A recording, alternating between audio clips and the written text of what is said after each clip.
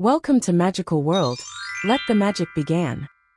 एक जमाने की बात है। एक बादशाह अपनी खूबसूरत बेटी के साथ अपनी सल्तनत में रहता था। मलका का इंतकाल हो चुका था और बादशाह ने अपनी बेटी के लिए नई माँ और अपने लिए एक साथी की तलाश में दूसरी शादी कर ली। नई माँ ने एक बेवा औरत थी और अपनी बेटी को साथ लाई थी।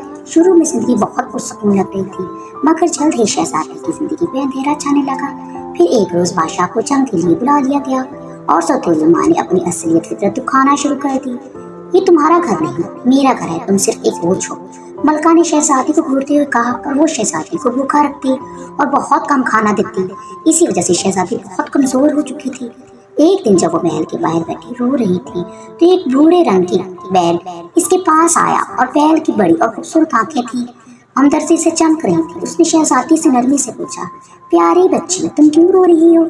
शहजादी ने आहिस्तगी से जवाब दिया, मेरे अब्बा जंग पर गए हैं और मेरी माँ ने मुझे भूखा मरने के लिए छोड़ दिया। बैल ने कहा, मेरे कान में एक चांदी का कपड़ा है, इसे निकालो और तुम जमीन पे फैलाओगे तो तुम्हारी पसंद का खाना फौरन आ जाएगा। शहजादी ने हिचकिचाते हुए बैल के कान से चमकता हुआ कपड़ा निकाला। जैसे ही उसे जमीन पे बिछाया, एक मजेदार खानों से भरा हुआ दस्तरखान इसके सामने आ गया। उसने खूब सैर होके खाया और कपड़ों को पास अपने रख लिया। जल्द ही सौतेली माँ को इस बात का इल्म हो गया कि शहजादी किस तरह खाना खाने का बंदोबस्त कर रही है। हसद की आग में जलकर जब बादशाह वापस आया तो उसने बीमारी का बहाना अपनाया।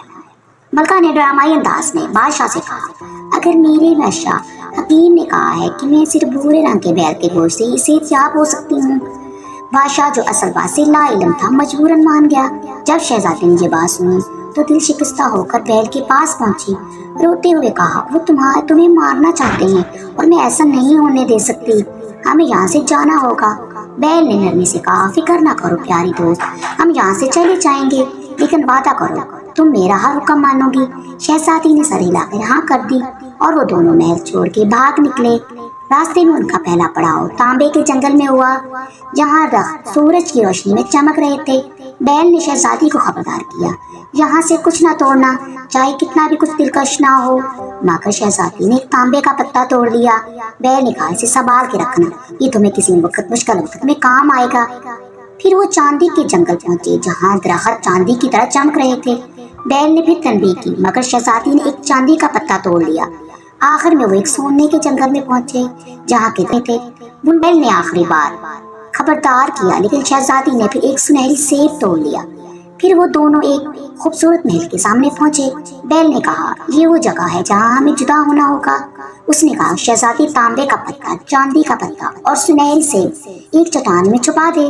शहजादी ने ये सब चीजें छुपा दी और शहजादी ने अपना भेष बिल्कुल बदल लिया। उसने अपना रंग रूप भी बदल लिया, कोई उसे पहचान ना सके। ये सब कुछ बैल की मदद से हुआ था। शहजादी ने अपनी खूबसूरती छुपाने के लिए खुद पर एक लकड़ी की चादर ओढ़ ली और महल में काम मांगा। मुलाजमों ने इसकी बोसीदा हालत देखकर उसे बर्तन धोने का काम दे दिया और उसे एक लकड़ी की चादर वाली लड़की कहने लगी। महल का बादशाह निहायत खूबसूरत था। एक दिन शहजादी ने कहा गया कि वो शहजादी के पास पानी लेके जाए। शहजादी ने इसकी हालत देख के पानी फेंक दिया। दिल शिकस्तगी के बाद शहजादी दोबारा चट्टान पे गई और एक तांबे के लिबास की ख्वाहिश की। चट्टान से एक खूबसूरत लिबास निकला जो चांदनी में चमक रहा था और वो पहन के महल की तरफ रवाना हो गई। शहजादे ने उसे देख के हैरान हो गया। उसने पूछा, खूबसूरत लड़की, तुम कहाँ से आई हो? शहजादी ने पुरस्कार अंदाज में जवाब दिया, मैं पानियों की वादी से आई हूँ, और एक तांबे का दस्ताना छोड़ के चली गई। अगले दिन वो दोबारा गई और चांदी का लिबास मांगा। उसे पहन के महल पहुंची। शहजादा फिर हैरान हुआ, पूछा, तुम कहाँ से आई हो? उसने कहा, मैं एक गैबी जमीन से आई हूँ, और एक चांदी का रुमाल छोड़ के गायब हो गई। तीसरे दिन जब वो कंघी लेके जाता है और फिर शहजादे ने बेरुखी दिखाई। शहजादे ने दोबारा चट्टान से सोने का लिबास मांगा और उसे पहना और महल रवाना हुई। शहजादा ने उसकी खूबसूरती पे फरिश्ता हो गया। बोला, तुम बता दो तुम कौन हो?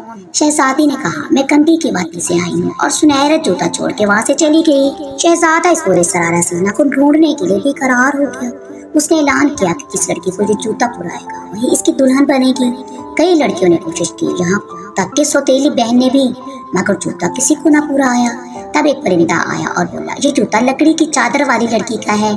शहजादी को बुलाया गया जो किचन में बर्तन धो रही थी। उसने जूता पहना और वो उसे पूरा आ गया। जब शहजादी ने अपनी लकड़ी की चादर उतारी तो सब हैरत ज़दा हो गए। شہزادہ گھٹنوں کے بل بیٹھا اور اسے شادی کی پیشکش کی، جو شہزادی نے خوشی سے قبول کر لی۔